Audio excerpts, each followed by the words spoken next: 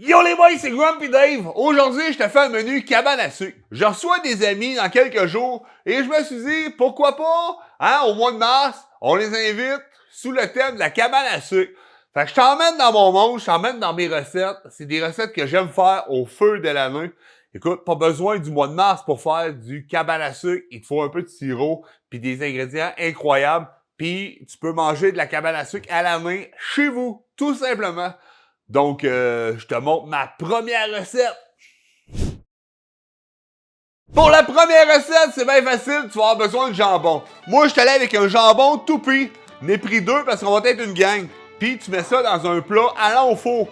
Si t'as une rôtissoire, ben ça fait. Si t'as une mijoteuse, ça fait. Une mijoteuse. Une mijoteuse, ça fait. Mais sinon, écoute, tu mets ça où tu veux. Et écoute, c'est la recette la plus facile que tu vas avoir aujourd'hui. Puis la moins compliquée. Plus facile, plus compliqué. En tout cas, t'as compris ce que je voulais dire, mon long Bernard? Bon, that's it. On ouvre ça. De la moutarde de Dijon. Tu veux que ça donne un peu de goût? La moutarde de Dijon a un goût très particulier que moi j'aime bien. Je vais badigeonner mes jambons. Tout simplement avec ça. Tu peux mettre ou non des clous de girofle aussi dans ton bouillon ou directement piquer. Je te conseille 2, 3, 4, mais pas bien plus que ça, sinon ça va goûter trop fort. Fait que ça, c'est bon. Puis en cuisant, ça va tomber dans le bouillon que je vais te montrer à l'instant. C'est au sirop d'érable. Fait que mets une demi-tasse à... un quart à une demi-tasse, il n'y en a pas de problème. Regarde, directement dessus. Là, j'ai ouvert ça en cabochon. J'aurais dû faire 2 trous sur la canne pour faire entrer de l'air, tout simplement. Là-dessus. Ah, elle coule pas mal mieux, hein? Une demi, un quart, une demi, c'est pas bien grave. Moi, je suis allé jouer avec une bière rousse, tout simplement. Une bonne petite Smithwick. Ma bière rousse préférée. Ouais, on met ça généreusement. Et tant qu'à avoir un plat qui va au four, ben, tu rajoutes de l'eau jusqu'à temps que tu ailles à peu près 2,5 cm, 1 pouce du rebord. Puis c'est beau. Après ça, je vais mettre un papier d'aluminium par-dessus et j'enfonce ça à 300, 325, dépendant comment tu es pressé. Moi, je vais le mettre à 300 à peu près un 7 heures. Le but, là, c'est que le jambon se défasse à fourchette. Et ça va être incroyable. Mais il n'est pas trop haut ton four parce que justement, ça va cuire trop rapidement. Il faut vraiment que les effluves de tout ce que tu mets pénètrent dans la viande. C'est à ce moment-là aussi que tu peux rajouter carottes, patates autour de ton jambon. Tout dépendant. Moi, c'est pas quelque chose que j'aime, surtout lors d'un brunch, donc j'en mets pas. Mais si tu sers ça en repas, mettons pour souper, ben carottes, patates autour, ça peut être très très bon comme accompagnement. Là. Fait que let's go, j'enfonce ça. Mon autre recette préférée, écoute, ça aussi il faut que je me prenne d'avance, c'est des fèves au lard, tout simplement. Donc oui, tu vas avoir besoin de fèves, mais le problème avec les légumineuses, c'est que ça fait péter. Le truc, c'est des fèves trempées plus de 12 heures. Puis un autre truc que je m'étais fait donner, c'est de changer l'eau dans laquelle ils trempent plusieurs fois pendant le trempage. Moi, je les ai changés à peu près aux 4 heures. Fait qu'il n'y en a pas de problème. Écoute, je l'ai mis genre hier dans l'eau, pour vraiment qu'il soit dans l'eau complet. Et j'y étais, au bout de 4 heures, j'ai changé l'eau. Après ça, je me suis couché 8 heures, puis j'ai rechangé l'eau au bout de 4 heures. Tu sais, j'ai changé ça 3-4 fois de même. Là. Ben, même si tu laisses plus de 12 heures, il n'y en a pas de problème. 24 heures, c'est parfait aussi. Il n'y en a pas de trouble. Laisse-les pas une semaine, Bernard, ça ne marchera pas. C'est tout simplement 2 tasses de bin, de fèves blanches, tout simplement. Écoute, moi, en plus, ils sont bio, là. Fait que c'est vraiment cool, là. Je connais la productrice, je vais les chercher directement chez eux. Ça double.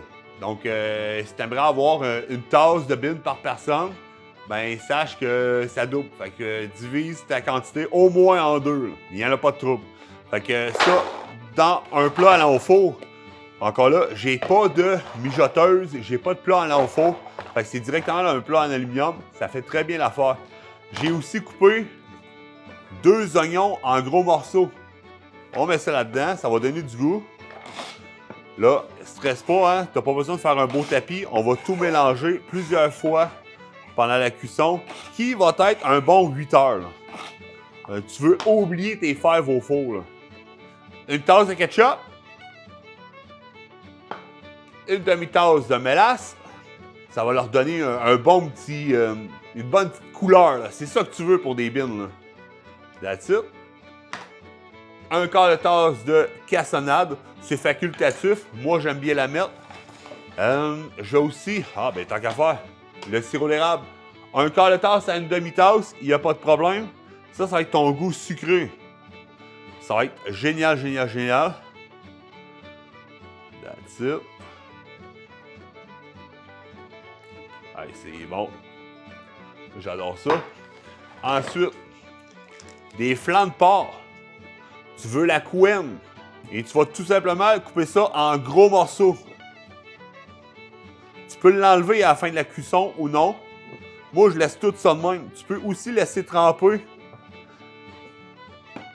ton lard plusieurs heures pour le dessaler.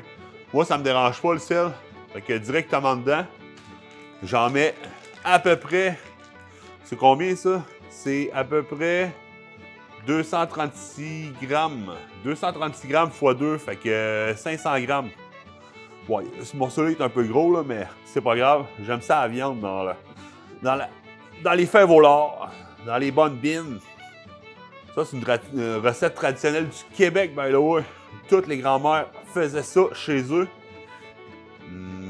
Recevoir à Noël, whatever, ça réconforte quand les hommes sont au chantier. Hein, c'est parfait. Ça, 3 tomates italiennes. That's it. Tu vas couper ça en morceaux. Et nous, ils vont se défaire pendant la cuisson. C'est pas un trouble. That's it. Là, j'ai acheté de la moutarde de Dijon juste pour la recette, mais de la moutarde baseball, habituellement, c'est ça que je mets. Je vais mettre 2 cuillères à thé. Juste aller chercher un petit goût. C'est pas plus compliqué que ça. Et là, le côté, tu vas en mettre pour que tout soit immergé. Tout simplement, à peu près, encore là, 2,5 cm, 1 pouce du bord. Tu vas remplir ça d'eau, tu mets un papier d'aluminium dessus et tu l'oublies au four au moins pendant 8 heures. Habituellement, j'ai ferais cuire comme à 200, mais là, j'ai déjà un jambon au four. Fait que ça va être à 300 pendant à peu près 6 heures. Pas plus compliqué que ça. Donc là, on est quelques jours plus tard. Écoute, fraîchement rasé. J'ai déjà précoupé tous les ingrédients pour continuer mon brunch parce que c'est demain que je reçois. Donc, j'ai pas le choix de m'y mettre. Écoute, dans un chaudron, tout ce que tu vas avoir besoin, c'est 2 gros noix de beurre. 2 grosses noix de beurre. 2, 3, 4. Écoute, Bernard, c'est pas moi ton diététicien. Ça. Puis sinon, tu vas avoir besoin d'une tasse de carottes coupées en petits. Tu vas avoir besoin d'une tasse de céleri coupé en petits. Tu vas avoir besoin d'un gros oignon blanc. That's it.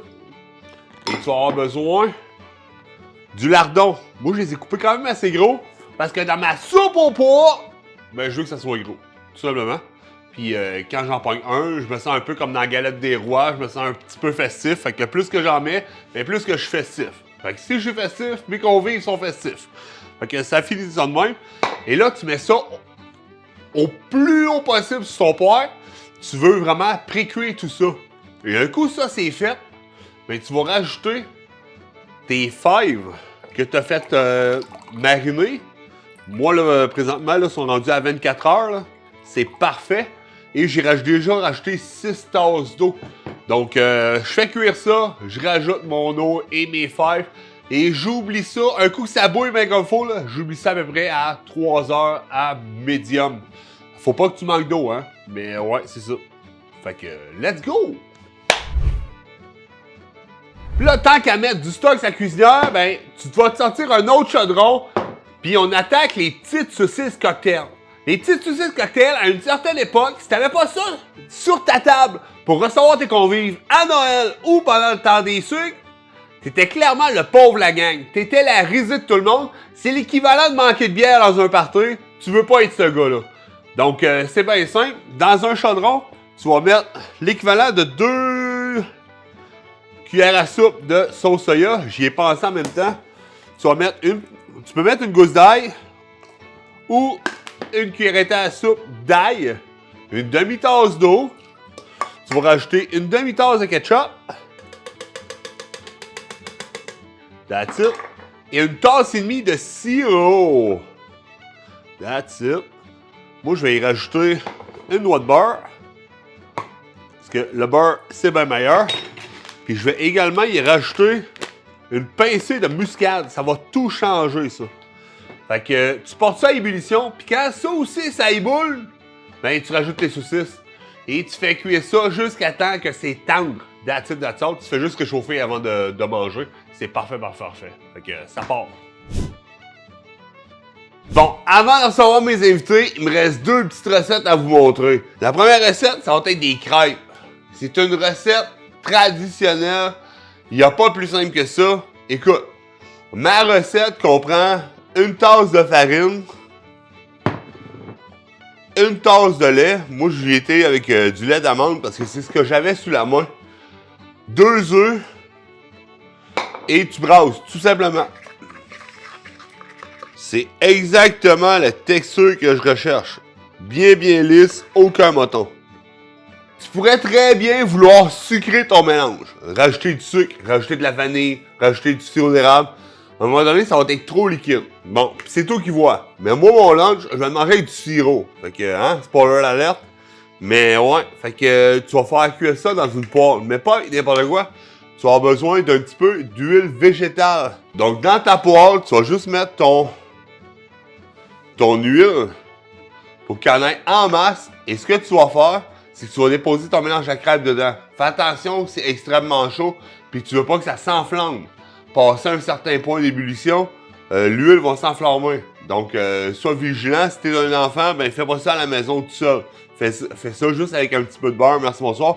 Moi, je vais faire friser mes crêpes. Donc, je te montre comment faire. Je vais faire de toutes petites crêpes, toutes mignonnes, juste comme ça pour mes invités. On va faire cuire d'un bord, puis ensuite, on va faire cuire de l'autre. Pendant que je faisais cuire les crêpes, mais écoute, j'en ai profité pour faire préchauffer le four à 350 Fahrenheit. Pourquoi? Ben, pour les oreilles de Chris. Les oreilles de Chris, c'est du lard coupé en petits bouts. C'est extrêmement bon comme ça, avec une petite bière, là. Je te le conseille si tu n'as jamais essayé. Sinon, sur une toile à biscuits avec un papier parchemin, je vais tout simplement les mettre dessus. Et tu vas vouloir leur donner un coup de chaud. Moi, je les aime chaudes. Je les aime comme ça, là, mais j'ai préféré chaudes. Fait que j'enfonce ça au four à peu près 10 minutes. That's it. Tada! C'est pas plus compliqué. Une fois l'assiette montée, ça doit ressembler à peu près à ça. La troisième recette que je voulais te parler, ben c'est les œufs. J'ai tout simplement cassé 2 œufs dans une poêle et je les ai fait cuire. Et là, l'ingrédient qui manque, ben c'est du sirop. Tout simplement, t'en mets abondamment sur un peu de tout. Puis écoute, on est à cabane à sucre. Fait que si tu refais ça à la maison, ben s'il te plaît, prends du frais sirop. Même si t'es en France, il y a moyen d'en avoir. Puis écoute, il reste juste à goûter.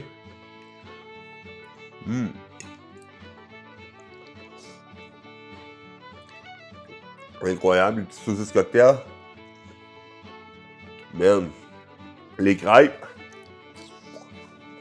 Wow, le jambon.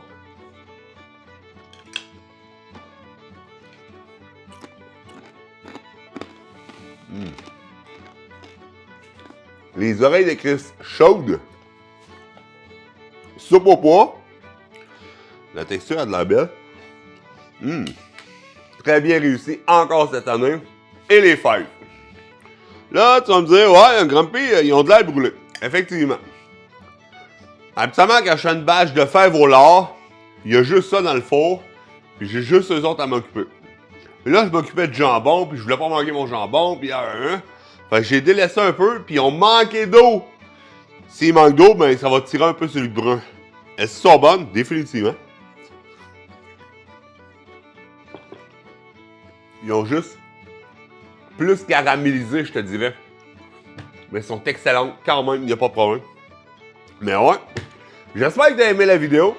Si tu veux recevoir tes proches chez vous, ben sache que si tu tapes recette dans les commentaires, Je vais tout te donner les recettes, il n'y a pas de problème, ça va me faire plaisir. Écoute, c'est le mois de mars, le beau temps s'en vient, c'est le temps de faire des brunchs de même pour recevoir tes convives. Puis des brunchs de même comme la cabane à sucre, ça marche pour le matin, le midi et le soir, il n'y en a pas de problème. Fait que gêne-toi pas, écoute, des oreilles de Christ le soir, c'est parfait, surtout avec des petites crêpes soufflées de même, c'est incroyable. Fait que je te souhaite une très belle semaine et n'oublie pas la chose la plus importante, tu es incroyable!